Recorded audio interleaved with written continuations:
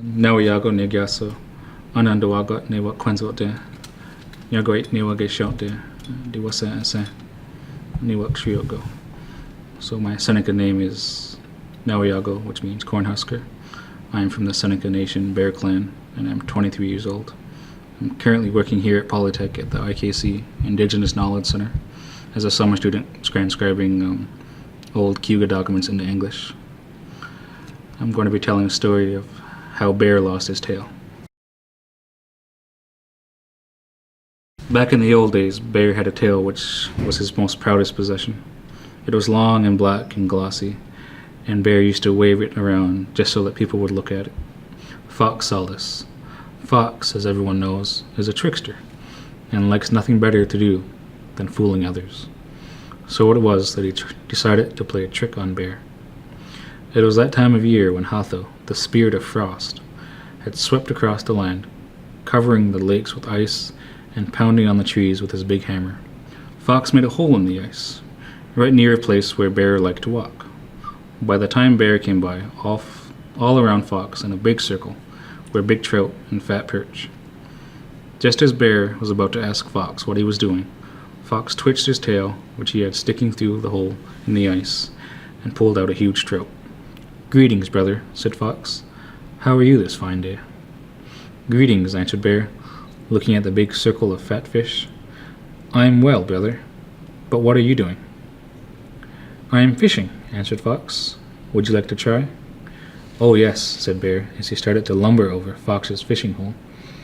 But Fox stopped him. "Wait, brother," he said. "This place will not be good. As you can see, I have already caught all the fish. Let us make you a new fishing spot, where you can catch many big trout."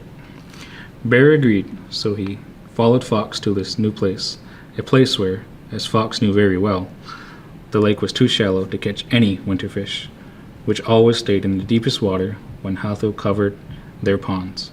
Bear watched as Fox made the hole in the ice, already tasting the fine fish he would soon catch. "Now," Fox said, "you must do it just as I tell you. Clear your mind of any thoughts of fish. Do not even think of a song, or a fish will hear you. Turn your back to the hole and place your tail inside it. Soon a fish will come and grab your tail, and you can pull him out." "But how will I know if any fish has grabbed my tail, if my back is turned?" asked Bear. "I will hide over here where the fish cannot see me," said Fox.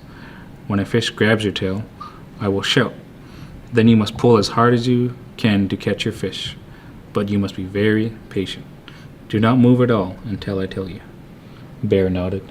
"I will do exactly as you say." He sat down next to the hole, placed his long, beautiful black tail in icy water, and turned his back.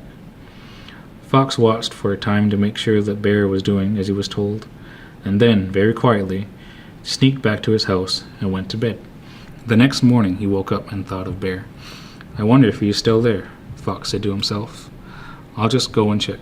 So, Fox went back to the ice-covered pond, and what do you think he saw? He saw what looked like a little white hill in the middle of the ice.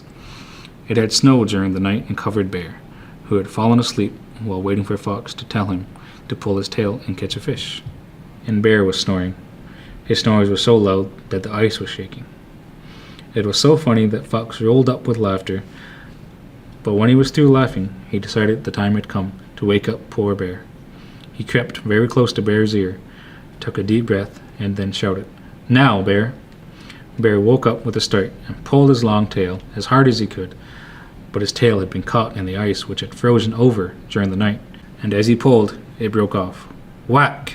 Just like that, Bear turned around to look at the fish he had caught, and instead saw his long, lovely tail caught in the ice.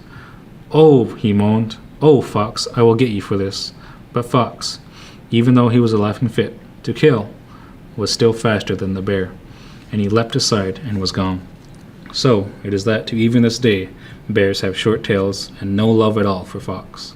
And if you ever hear a bear moaning, it is probably because he remembers the trick Fox played on him long ago, and he is still mourning the loss of his tail. The end.